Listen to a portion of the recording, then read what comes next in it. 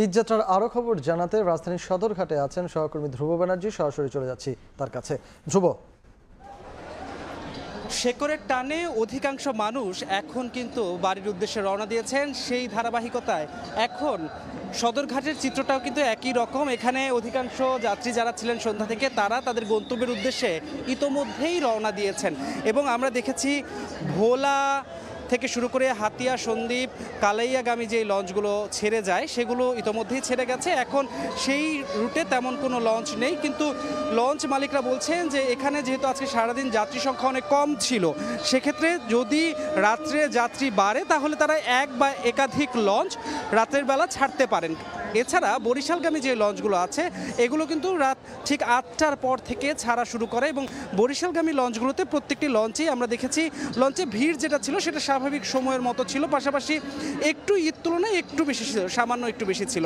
এবং আমরা যেটা দেখতে পেয়েছি তুলনামূলক এই বরিশালের লঞ্চগুলোতে যারা মূলত সড়ক পথের যারা ভোগান্তি একটু এড়াতে চান এবং সারা রাত লঞ্চে যাত্রা করতে চান তারাই মূলত এই যে সদরঘাট এবং সদরঘাট লঞ্চ টার্মিনালকে তাদের বাড়ি যাওয়ার উপায় হিসাবে কিন্তু বেছে নিয়েছেন। এই মুহূর্তে আমাদের সামনে বরিশালগামী 3 থেকে 4টি লঞ্চ রয়েছে। এগুলো ছেড়ে যাওয়ার পরই আসলে সদরঘাট একদম ফাঁকা হয়ে যাবে এবং যারা যাত্রী সাধারণ আছেন তারা বলছেন গত কয়েক বছরের তুলনায় এবার সার্বিক পরিস্থিতি অনেকটাই ভালো ছিল। পাশাপাশি যেটা সাধারণ যাত্রীরা বলছিলেন যে গত কয়েক বছর ভাড়া নিয়ে বেশ তাদের সমস্যা হয়েছে, কিন্তু এবছর ভাড়া নিয়ে তেমন তাদের কোনো অভিযোগ ছিল না।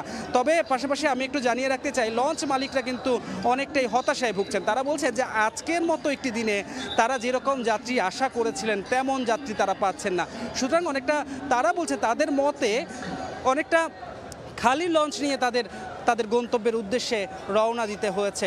আমরা এখন দেখতে পাচ্ছি এখন পর্যন্ত রাত প্রায় 9টার উপরে বেজে গেছে, এখন পর্যন্ত যে সদরঘাটে মানুষের আসা যাওয়া সেটা কিন্তু অব্যাহত আছে এবং এখনও পন্টুনে পন্টুনে মানুষের ভিড় আছে এবং তারা চাচ্ছেন যে তাদের যে বাড়ির পথে যাওয়ার জন্য যাদের যে গন্তব্য রয়েছে সেই গন্তব্যে যাওয়ার জন্য যে লঞ্চটি প্রয়োজন সেই লঞ্চে যাতে তারা উঠতে পারে সেই জন্যই তারা চেষ্টা চালিয়ে যাচ্ছেন। এবং এই বিআইডব্লিউটি এর পক্ষ থেকে আমরা যেটুকু জানতে পেরেছি, বিআইডব্লিউটি আজকে সার্বিক যাত্রী সাধারণের যত সমস্যা আছে সব সমাধানে কাজ করেছেন, পাশাপাশি আইন শৃঙ্খলা রক্ষা বাহিনীর তৎপরতাও কিন্তু আমাদের চোখে পড়েছে। সার্বিকভাবে যদি বলতে চাই আজকে সারাদিন লঞ্চঘাটে যারা এসেছে এবং নৌপথে যারা বাড়ি যেতে চান তারা খুব স্বস্তিতেই তাদের বাড়ির পথে রওনা দিতে পেরেছেন। এই ছিল সদরঘাট থেকে আমার কাছে সর্বশেষ। সদরঘাট লঞ্চ টার্মিনাল থেকে আমাদের সঙ্গে যুক্ত হয়েছিলেন সহকর্মী ধ্রুব ব্যানার্জি।